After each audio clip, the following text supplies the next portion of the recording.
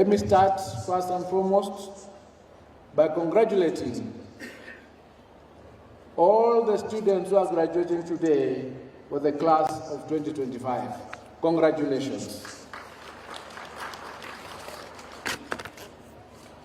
The primary reason that we gather here is to commend and recognize the graduates for successfully completing their studies and earning their various qualifications.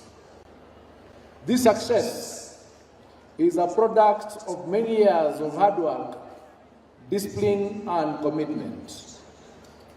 It is also the result of the sacrifices, dedicated efforts, and prayers of your parents and guardians.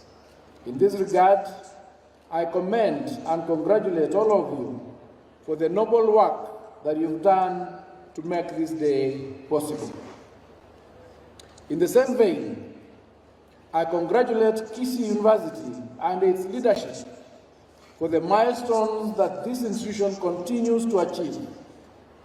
As a university, this institution has made significant strides towards expanding access to higher education for students from this region and beyond.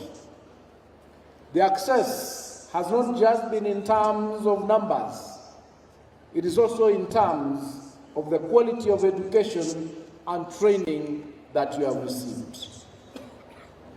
I'm pleased to note that over the years, this institution has recorded continuous success in the areas of information, communication, and technology, as well as in law. Indeed, the university has won global awards for ICT innovations, thereby placing our country on the global map and confirming to everyone that education and training that you receive here is world-class and globally